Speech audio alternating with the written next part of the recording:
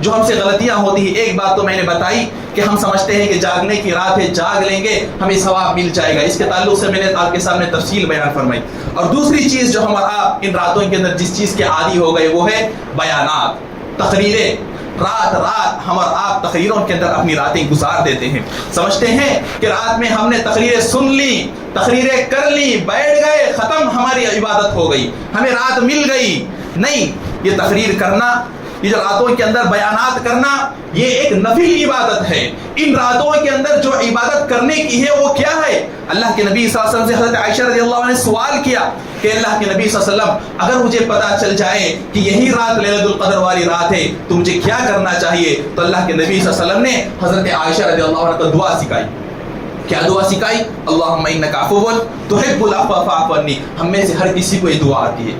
میں سمجھتا ہوں جسے عربی پڑھنا نہیں آتا اسے بھی یہ دعا آتی ہے. اتنی مرتبہ ہم بچپن سے اس دعا کو سنتے ہیں کہ ہر کسی کی زبان پر یہ دعا ہے، ہر کسی کو یہ دعا یاد ہے. لیکن مسئلہ یہ ہے کہ ہم یہ دعا کرتے نہیں ہے. 5 مرتبہ پڑھ لیے، 10 مرتبہ پڑھ لیے، سمجھتے ہیں کہ اللہ نے ہم کو معاف کر دیا. دعا کے اندر کیا بات بتائی گئی؟ اللہ تبارک، اللہ کے نبی صلی اللہ علیہ وسلم نے دعا سکھائی، کہا اللہم انک عفو، اے اللہ تبارک و تعالیٰ تو عفو ہے، تو معاف فرمانے والا ہے، تو تحب العفو، معافی کو پسند کرتا ہے، فاعف عنی، لہذا اے اللہ تبارک و تعالیٰ تو ہمیں معاف فرما دے. یعنی اس رات کے اندر جو عبادتیں ہم کو کرنی ہے اس میں سے ایک عظیم عبادت یہ ہے کہ ہم اللہ تبارک و تعالیٰ کے سامنے اپنے گناہوں کی معافی مانگے، اپنے گناہوں کی معافی مانگے. اگر آپ کو اپنے گناہوں کی معافی مانگنا نہیں آتا، اسی دعا کو پڑھتے رہیں. 10 مرتبہ پڑھیں، 100 مرتبہ پڑھیں، 200 مرتبہ پڑھیں، 1000 مرتبہ پڑھیں. کتنی مرتبہ آپ پڑھیں گے اتنا زیادہ اللہ تبارک و تعالیٰ کے پاس، اتنی مرتبہ آپ اللہ تبارک و تعالیٰ کے پاس اپنے گناہوں کی معافی مانگنے والے بن جائیں گے. اور کوئی نہ کوئی ایسا موڑ ہوگا،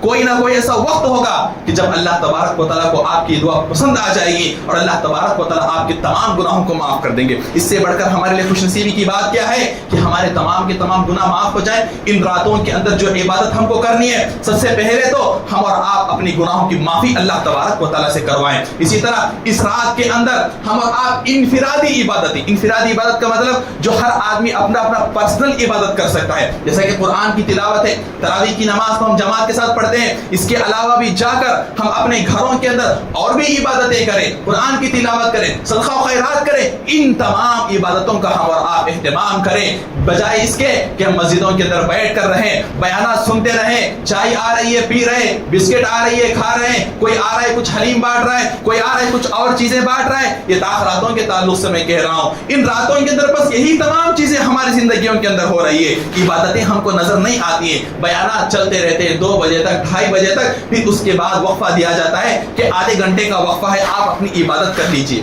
آدھے گھنٹے میں کون سی عبادت ہوگی؟ آدھے گھنٹے میں کیا عبادت کر پائیں گے؟ اور اس آدھے گھنٹے میں بھی آپ دیکھیں پوری مسجد آپ کو خالی نظر آئے گی، صرف اعتکاف میں بیٹھے ہوئے یا کچھ لوگ قرآن لے کر یا اپنے ہاتھوں کو اٹھائے ہوئے دعا کرتے ہوئے بیٹھیں گے. باقی تمام کے تمام لوگ فریش ہونے کے لیے، چونکہ 2 گھنٹے 2.5 گھنٹے بیٹھے ہوئے تو تھک گئے ہیں، فریش ہونے کے لیے باہر جاتے ہیں، طہارت خانہ جاتے ہیں، وضو کرتے ہیں، اسی میں وہ وقت بھی ضائع کر دیتے ہیں. پھر آتے ہیں، بدر کی نماز پڑھے، گھر چلے گئے، سحری کر لیے، پھر فجر کی نماز، پھر سو گئے. رات میں ہم نے کیا عبادت کی؟ صبح میں اگر اٹھ کر سوال کیا گیا رات میں آپ نے عبادت کیا کی؟ میں نے تقریر سنی. ہاں، تقریریں سننا، علم حاصل کرنا، یہ بھی ایک عبادت ہے، ایک نفل عبادت ہے. لوگوں نے شروعات میں اس کی شروعات کس لیے کی تھی؟ لوگوں کو جگانے کی عادت ڈالنے کے لیے ان چیزوں کی شروعات کی تھی. اب ہم اسی کے عادی ہو کر رہ گئے. اگر تقریر ہوتی ہے تو ہم جاگتے ہیں، تقریر نہیں ہوتی ہے تو نہیں جاگتے. میں آپ سے سوال کرتا ہوں، 2 رمضان ہمارے لاک ڈاؤن کے اندر گزرے. ان لاک ڈاؤن کے اندر ہم کو مسجد میں آنے کی اجازت نہیں تھی. ان راتوں کو ہم نے کہاں گزارا؟ اپنے گھروں ہی میں تو گزارا. کتنے لوگ ہیں جو کہتے ہیں کہ لاک ڈاؤن کے ذریعے سے ہمیں پتا چلا کہ ہمیں گھر میں عبادت کیسا کرنا ہے. بہت سارے لوگ مسجدوں میں تو بڑی بڑی عبادتیں کرتے، گھروں کے اندر ان کی عبادت کا کچھ بھی حصہ نہیں ہوتا. حالانکہ اللہ کے نبی کہتے ہیں کہ نفل نمازیں گھر میں ادا کرو. نفل نمازوں کا بہترین جگہ کیا ہے؟ مسجد فرض نمازوں کے لیے اور گھر نفل نمازوں کے لیے. نفل نمازوں گھر میں پڑھو. آپ گھر میں قرآن پڑھیں گے، آپ کا بچہ بھی آپ کے ساتھ بیٹھ کر قرآن پڑھے گا. گرچہ کہ اسے نہ آتا، کوئی نہ کوئی کتاب کھول کر بیٹھ جائے گا. آپ گھر میں نماز پڑھیں گے، آپ کا بچہ بھی آپ کے ساتھ نماز پڑھے گا. اسے پتا نہیں کہ قیام کیا ہے، رکوع کیا ہے، سجدہ کیا ہے، لیکن آپ جیسے ہی کھڑیں گے وہ بھی ہاتھ باندھ کے کھڑا ہو جائے گا. آپ رکوع میں جائیں گے وہ بھی آپ کے ساتھ رکوع میں چلا جائے گا. آپ سجدے میں جائیں گے وہ بھی سجدے میں چلا جائے گا. اسے پتا نہیں کہ رکوع میں کیا پڑھنا ہے، سجدے میں کیا پڑھنا ہے. تشہد میں آپ انگلی ہلا رہے وہ بھی انگلی ہلا رہے. اسی سے تو یہ تمام چیزوں کی عادت بنتی ہے. آپ موبائل استعمال کرتے ہیں، بچہ بھی موبائل استعمال کرتے ہوئے بیٹھ جائے گا. آپ جو کام کرتے ہیں بچے ماں باپ کی تقلید کرتے ہیں، ماں باپ جو کام کرتے ہیں نا وہی کام بچے بھی کرتے ہیں. تو اگر ہم گھروں کے اندر عبادتیں کریں گے، گھروں کے اندر قرآن کی تلاوت کا اہتمام کریں گے، گھروں کے اندر نمازوں کا اہتمام کریں گے تو بچوں کے اندر بھی دینداری آئے گی. اس کا ایک بہت بڑا فائدہ یہ ہوگا کہ بچوں کے اندر دینداری آئے گی. بچے بھی انشاءاللہ تبارک و تعالی نمازی بنیں گے، قرآن سے محبت کرنے والے بنیں گے، دعا استغفار کرنے والے بنیں گے، دین سے محبت کرنے والے، اللہ سے رسول سے محبت کرنے والے بنیں گے. تو بتانے کا مقصد یہ ہے کہ ہم اور آپ ان راتوں کو تقریروں کے اندر، بیانات کے اندر اپنے آپ کو ضائع نہ کریں. یہ جو عادت ہم نے بنا لی ہے ان چیزوں کو ختم کرنے کی کوشش کریں. اور ایک بات یہ بھی یاد رکھ لیں کہ ہم مکمل طور پر اس سلسلے میں یہ بھی نہیں کہہ سکتے کہ ان راتوں میں بیان کرنا بدعت ہے. بدعت بھی ہم اور آپ نہیں کہہ سکتے. ہاں اگر ایک تقریر ہو رہی ہے، ایک آدھے گھنٹے کی تقریر ہو رہی ہے، چونکہ لوگ رمضان کے موقع پر جمع ہوتے ہیں، ان کو نصیحت ہو رہی ہے، تو اس کے اندر کوئی حرج کی بات نہیں، کیونکہ علماء نے ہم اور آپ کو اس بات کی اجازت دی ہے کہ اگر ایک آدھ تقریر ہوتی ہے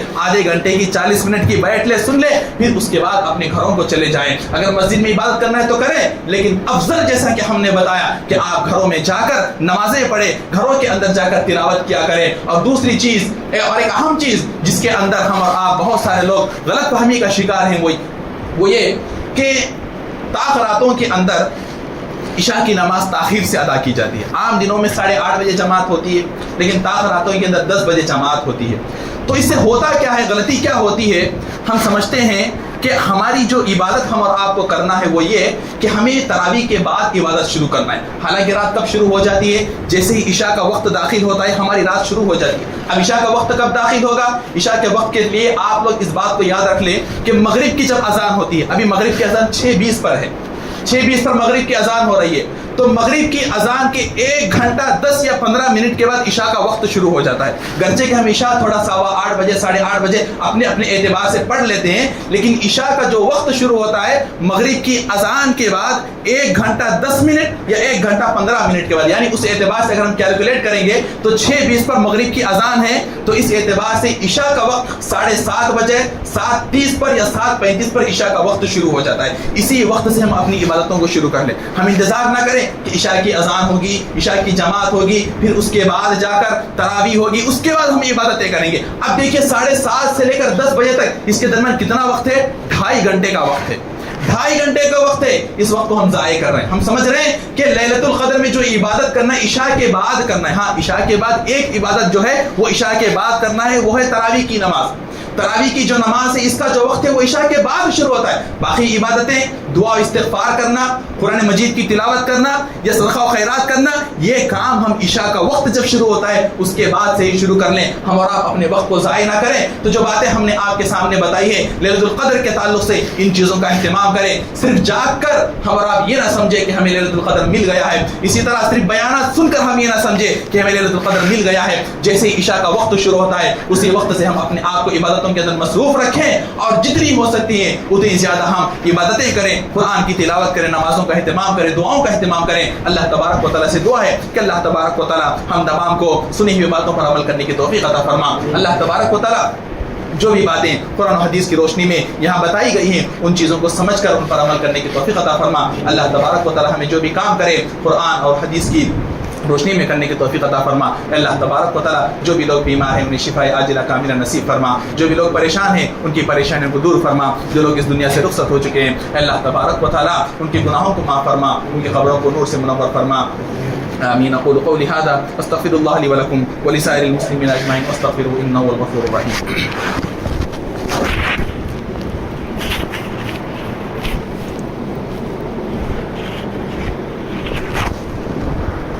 إن الحمد لله نحمده ونستعينه ونستغفره ونؤمن به ونتوكل عليه ونعوذ بالله من شرور أنفسنا ومن سيئات أعمالنا.